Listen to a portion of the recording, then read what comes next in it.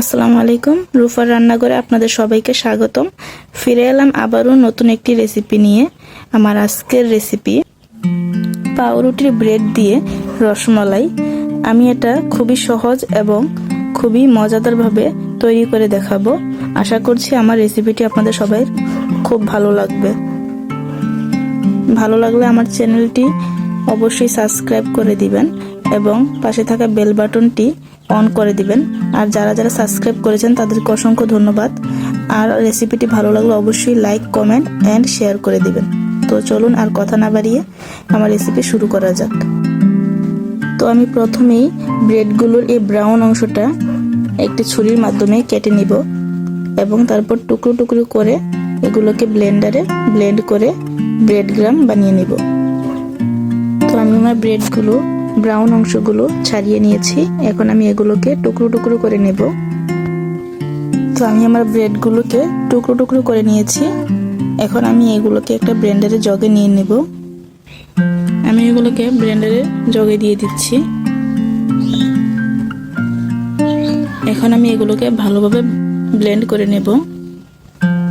আমার ব্লেন্ড করা হয়ে গিয়েছে। এখন আমি এগুলোকে ঢেলে নেব। আমি আমার ব্রেড গ্রামগুলো ঢেলে নিয়েছি। এখন দেখুন এগুলো দেখতে কতটা সফট হয়েছে। এগুলো দেখতে অনেকটাই আপনার সুজির মতো হয়েছে।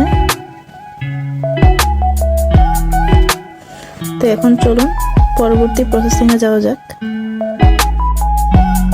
চুলায় আমি একটি হাঁড়ি বসিয়ে দিয়েছি। এখন আমি এখানে দিয়ে দিব 1 কাপের 3 ভাগ পরিমাণ দুধ।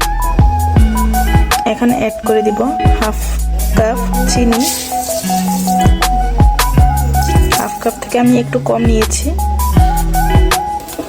এখন দিয়ে দেব 1 চা চামচ ঘি। এখন সবগুলোকে ভালোভাবে মিশিয়ে নেব। আমি আমার চুলার আগুনটা মিডিয়াম টু হাই হিট করে রেখেছি। এখন একটা ভালোভাবে বলক চলে আসলে আমি ব্রেড গ্রামটা দিয়ে দিব। এখন দিয়ে দিচ্ছি ব্রেড গ্রামগুলো। আমি ব্রেড গ্রামগুলোকে ভালোভাবে মিশিয়ে নিয়েছি। এখন আমি এগুলোকে একটু ঠান্ডা করে নেব। বেশি ঠান্ডা করব না, জাস্ট হাতে শোয়া যায় ঠিক এরকম ঠান্ডা করব। আমার ব্যাটারটা ঠান্ডা হতে হতে আমি এখানে রসমালাই মালাইটা তৈরি করে নিব। তো আমি এখন একটা হাঁড়ি বসিয়ে দিয়েছি। তো আমি এখন এখানে 1 লিটার দুধ, তরল দুধ দিয়ে দিব। এখন আমি দুধটাকে ভালোভাবে একটা বলক নিয়ে নিব। তারপর আমি এখানে চিনি অ্যাড করে দিব। তো এখানে দুধটা আমার বলক হতে হতে আমি ওইদিকে রসমালাইগুলো বানিয়ে নিব। আমার ব্যাটারটা ঠান্ডা হয়ে গিয়েছে, কুসুম গরম রয়েছে। এখন আমি এখানে গুঁড়ো দুধ অ্যাড করে দিয়েছি। এখন অ্যাড করে দিব ঘি। আমি এখানে 1 চা চামচ ঘি অ্যাড করে দিচ্ছি। এখন আমি সবগুলোকে ভালোভাবে মিশিয়ে নিব।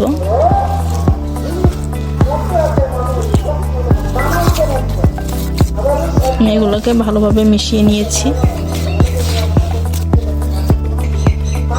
আমার ডোটা রেডি হয়ে গিয়েছে। এখন আমি এটাকে রসমালাই শেপে ছোট ছোট করে বানিয়ে নিব।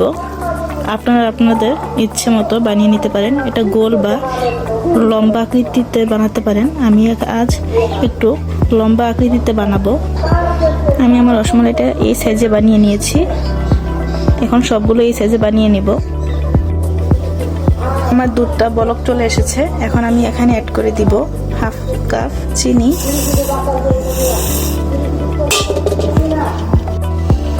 এবং 1 চিমটি পরিমাণ লবণ। এখন আমি এগুলোকে একটু ভালোভাবে মিশিয়ে নিব।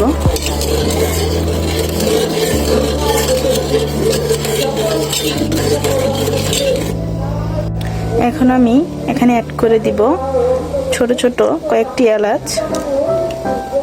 আমি এলাচগুলো একটু শিলপাটায় থেতো করে নিয়েছি, যাতে করে স্মেলটা খুব ভালোভাবে আমার মালাইতে চলে আসে। এখন আমি এটাকে একটু অনবরত নাড়তে থাকবো, কারণ এখন দুধটা অনেকটা ঘন হয়ে গিয়েছে। আমার মালাইটা অনেকটা ঘন হয়ে গিয়েছে। এখন আমি রসমালাইগুলো অ্যাড করে দিব।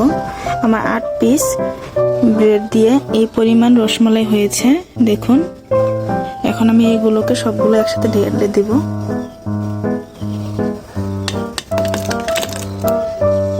আমি সবগুলো রসমালাই ঢেলে দিয়েছি। এখন আমি এগুলোকে ভালোভাবে বলক তুলে নিব। আর একটু ঘন হয়ে আসলে আমি এটা নামিয়ে নিব। আমার রসমালাইটা হয়ে গিয়েছে, দেখুন খুব ভালোভাবে বলক চলে এসেছে। মাশাআল্লাহ, রসমালাইগুলো অনেকটা ফুলে গিয়েছে। এখন আমি এটাকে নামিয়ে নিব।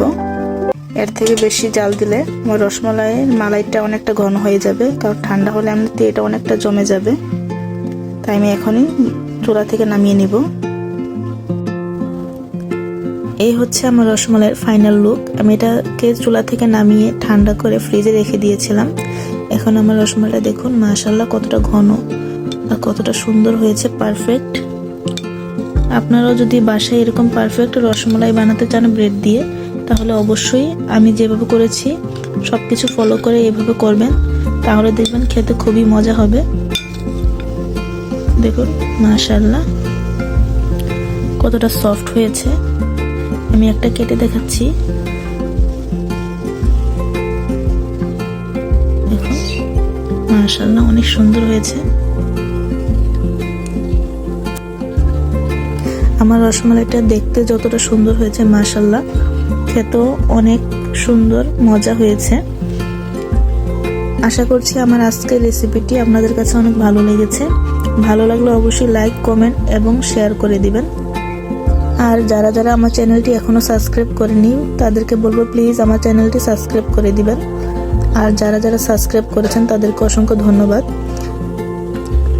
এরকমই নিত্য নতুন আরো সুন্দর সুন্দর রেসিপি পেতে আমার চ্যানেলটি সাবস্ক্রাইব করে পাশে থাকা বেল বাটনটি অন করে দিবেন, যাতে করে আমি যখনই কোনো নতুন ভিডিও আপলোড করব আপনারা সাথে সাথে পেয়ে যেতে পারেন। সবাই ভালো থাকবেন, সুস্থ থাকবেন এবং আমার জন্য দোয়া করবেন, যেন আমি এরকম প্রতিদিন নিত্য নতুন অনেক সুন্দর সুন্দর রেসিপি আপনাদেরকে দিতে পারি। আর ভিডিওটি সম্পূর্ণ দেখার জন্য ধন্যবাদ। সবাই ভালো থাকবেন। আসসালামু আলাইকুম।